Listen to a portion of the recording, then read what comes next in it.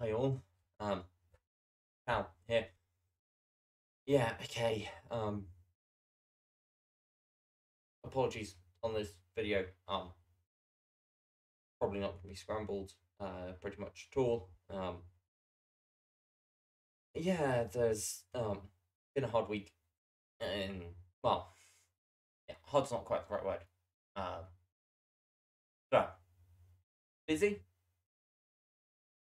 Busy is probably the right word. And then for whatever reason, it was our recording fell down the first. Well, yeah, it failed to record audio the first time we tried to record this video.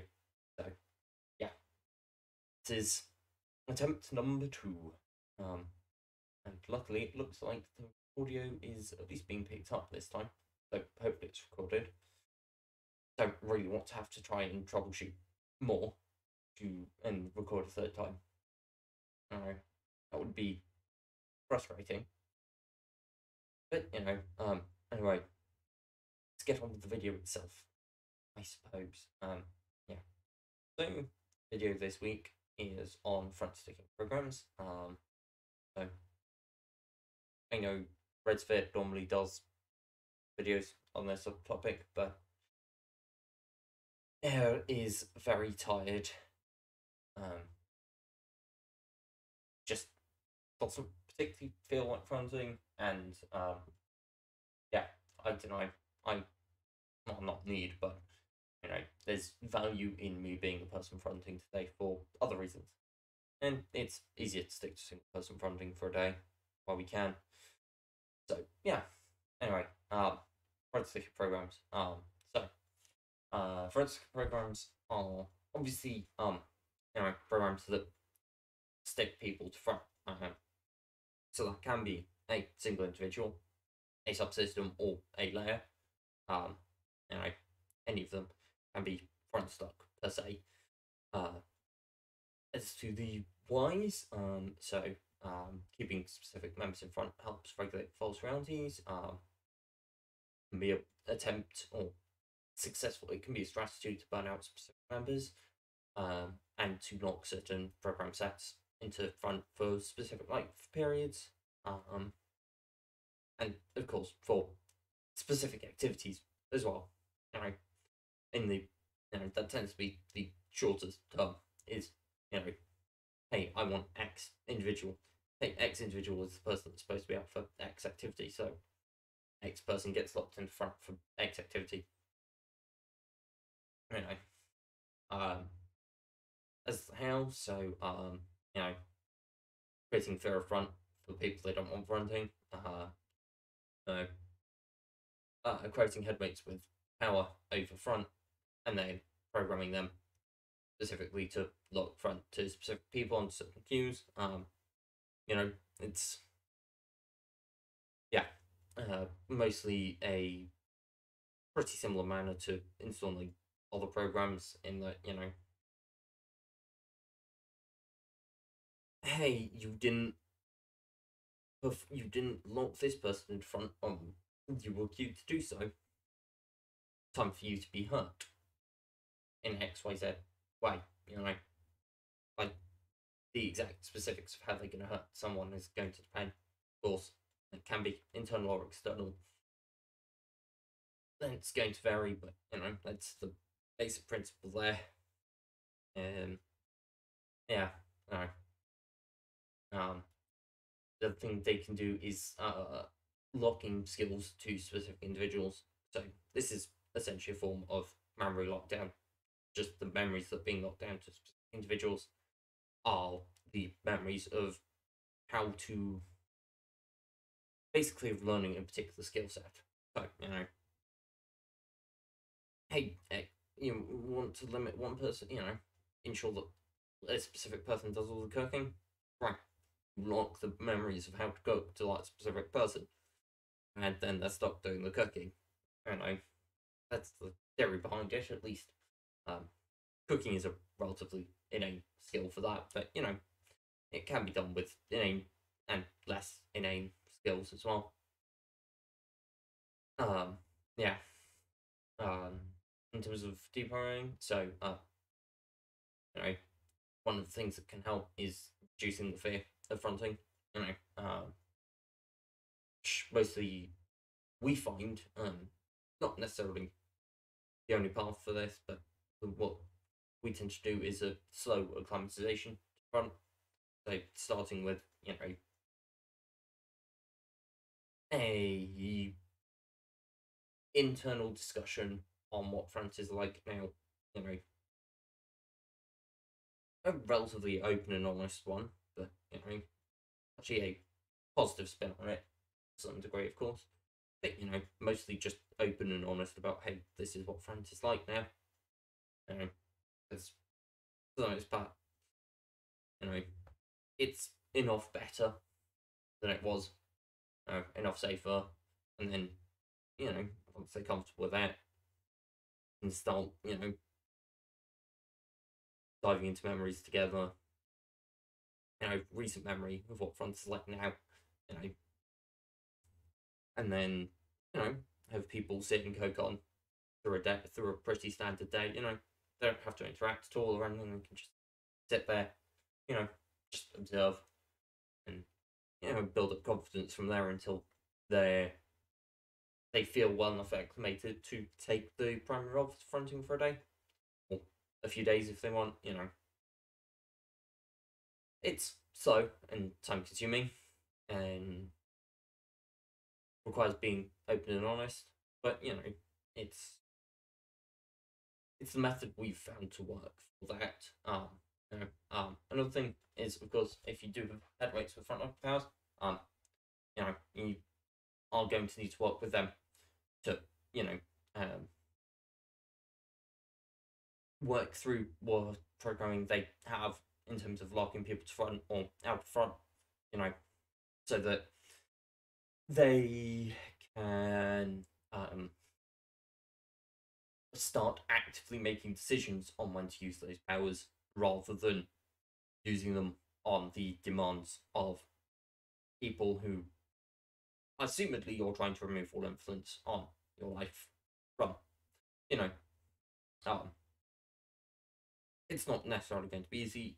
Working through, working through a program is often difficult and challenging, and especially if you've got a limited number of headmates with front locking powers, which is often the case relatively. I mean, not always. It can, of course, be as expensive as any other role. In large systems, especially, it's likely to end up with more of most roles. And this is not a crucial role per se, but it's a relatively common role. So, you're likely to see more, of course. But again, because there's often like power hierarchy problems and stuff, it tends to be more limited in count. Like in terms of growth per total headmate count, the growth tends to be lower than other roles, but it will still happen, of course, because large systems tend to need more people in most of the more power demanding spots within the system as well. It just part of how organizing stuff works is you need more people higher up in middle management stuff as things grow. And there's essentially a middle management position. At least that's how an org would see it. Obviously they're, whoever's external ones has decided on the path for the body as like, top of the chain, and then delegate out to programmers who then will delegate out to management within the system, who then delegate to middle management within the system, you then delegate out to the individuals who then actually have to sit through whatever horrific shit.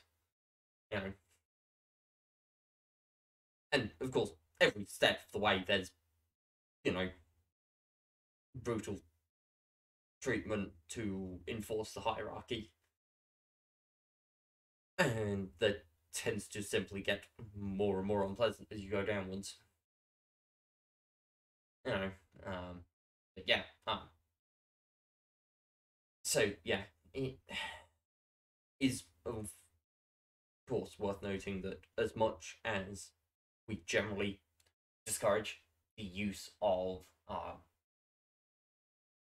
authority within the system on one another, you know, like we tend to think that it's best to run, you know, to work as, you know, as much as a cooperative and democratic, I suppose would be the word, or at least a close approximation of the word, you know, and concept, you know, like you work together as a collective to try and solve problems and stuff. It can be useful to have access to the, you know, front lock and especially lock out powers. You know, of course, it's, you know, generally good to have careful rules in place as to when and why they are used. You know, that those that have those powers, you know, obviously negotiate with them on this because their powers, you know, to some degree they have a right to use them as, you know, as much as you have a right to whatever powers you have internally, you know, whatever those happen to be. But, you know, as these directly affect not just other people internally, but also other people externally, right? And your ability to effectively manage, you know, effectively work together to achieve a safe, harmonic front life, you know, external life. It can be useful, of course, you know, having provisions in place for, hey, it's, you know, having a provision in place for, you know, if nobody can talk someone out of doing this, you know, you know, having a list of things that, you know, are just unacceptable for someone to go to do whilst they're in front, you know, and just go, hey, you know, if someone is doing that and no one is, and it's clear talking them down isn't working, you know, you have permission to kick them out front, essentially, you know, and lock them out front for a little bit until they've calmed down or no longer in a state of crisis. Cool, you know, that's potentially helpful. You need to be careful about it, but, you know, and we would recommend being very limited on what those situations are, but of course, you know, we don't know what your specific safety risks are, so we're not going to give a list that is, you know, necessarily complete or accurate. For us, that list pretty much consists of the active actions towards like direct, not you know, directly harming other individuals who not in an act of self-defense, you know, and, you know, like direct intentional, yeah, so like directly intentionally harming other individuals, external to, yeah, actively working to significantly reduce the health of the body, you know, the direct physical health of the body, and of course, attempts, well, not of course, but any active attempts to recontact people. You know, thinking about it, you know, with we're not gonna stop. We're not gonna say, hey, you're not allowed to think about XYZ or miss people or whatever else. It's just if you actively make an attempt to do these things, it's, you know, a good chance.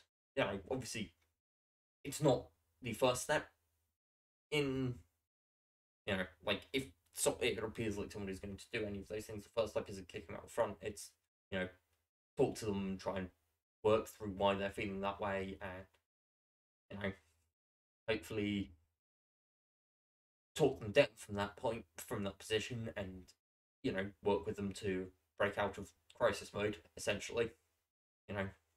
So, but, you know, sometimes emergency measures need to be taken, unfortunately. You know, we're not all some paragon of perfectly deprogrammed, completely safe and healthy individuals at this point.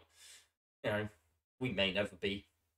Like, that's what we're working towards, essentially, and, you know, But yeah, another thing that we mentioned, of course, was skill locks. You know, obviously, well, not obviously necessarily, I suppose, but you know, we generally recommend. And this is just a general recommendation. You know, even without locked skills, you know, per se, you know, obviously with locked skills, it might require more. You know, you might have to talk to people as to why they're unwilling to share skills. You know, if there's some direct unwillingness to do it for, you know, generally fear-based reasons, or if memories are behind barriers, you might need to talk to whoever's maintained those barriers and get broken down, you know, so you can access them. Although, of course, you can also just, if someone knows a skill, even if the memories of how that skill was initially learned are locked to that one individual, they can pass those skills on. As long as they're, you know, sitting in CodeCon with whoever is trying to learn the skill whilst they go form that skill, essentially, you know, and having someone there in CodeCon to talk them through it as they go through it, or potentially you can talk someone through it internally. You know, you don't necessarily need to do that whilst in CodeCon or Front. Might be doable internally, depending on what the skill is and what access to, you know, specific equipment and technology is required. You know, and of course there are other ways to learn skills. You know, you can learn from external sources. You know, you can learn to cook not from someone who knows how to cook in your system already. You can learn to cook by, you know, watching people cook on YouTube or Twitch or something. You know, picking up a recipe book or looking at recipes online and trying to follow them. You know, and experimenting from there. You know, you may well have. It's possible you have big sort of people who'd be willing to teach you as well. You know, directly. You know, there are cooking lessons and stuff available, and that's true for a lot of skills in, you know, that people need or that are useful. You know, and this is generally a recommendation we would carry out to anyone, regardless of programming. Is, you know, can pick up more skills if you have the time and energy to do it, and potentially whatever other resources. You know, there's lots of useful skills that, you know, it's useful to have a basic grasp on, at least, that can be picked up without huge amounts of difficulty and will provide some level of value, you know. So it may be worth picking up skills as and where you can. Alright.